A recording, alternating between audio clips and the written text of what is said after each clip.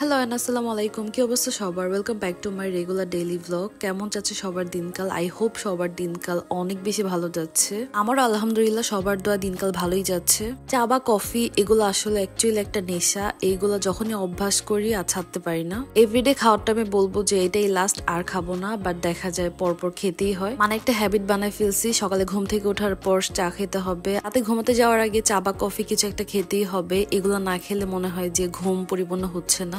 আজকে রাতেও ডিনার শেষ করার পর সবারই ক্রেভিং হচ্ছিল কফি খাওয়ার জন্য, সো কফি বানাচ্ছিলাম। আমি কফির সাথে এরকম ব্রেড ভিজায় ভিজায় খাচ্ছিলাম, খেতে ভালোই লাগতেছিল। আমি আমার জামাইকে বলতেছিলাম যে এভরিডে আপনার জন্য কষ্ট করে কফি বানাই, সো একটু এক্সপ্রেশন দেন। ফার্স্টে কোনো এক্সপ্রেশন ছিল না, বলার পর সে হচ্ছে ফেক এক্সপ্রেশন দিচ্ছিল। দেখেন কি একটা অবস্থা। আর প্যারায় আসলে অ্যাকচুয়ালি আরো বেশি কফি খাওয়া হয়ে থাকে। সকালে ঘুম থেকে উঠলাম, ঘুম থেকে ওঠার পর ডিম নিয়ে বসলাম। আমার অ্যাকচুয়ালি ডিম এতটা পছন্দের, আর এরকম হাফ বয়েল হলে তো আর কথাই নেই। আমার কাছে নরমালি হাফ বয়েলটা আরো বেশি খেতে মজা লাগে।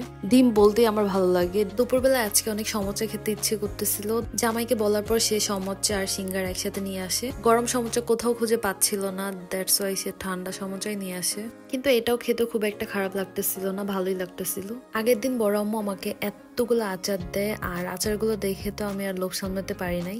আচার যদিও আমি খুব একটা খাই না, বাট জলপাইয়ের আচার হলে আমি কখনোই না করি না। খুবই মজা ছিল।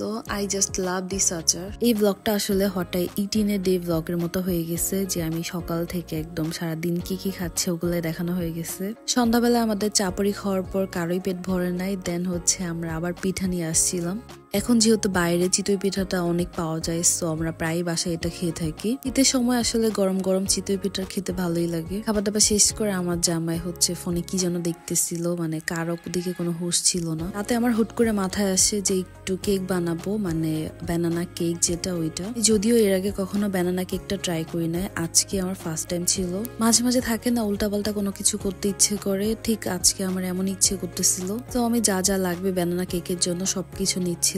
আমি একটু ছোট করে বানাচ্ছিলাম, যেহেতু ফার্স্ট টাইম ছিল, ভালো হবে না খারাপ হবে এটা শিওর ছিলাম না। কেকের জন্য যা যা লাগবে মোটামুটি সবকিছুই ছিল, বাট মেইন ইনগ্রিডিয়েন্টস যেটা ময়দা, ওইটাই ছিল না, সো আমাকে আটা দিয়ে বানাতে হয়েছে।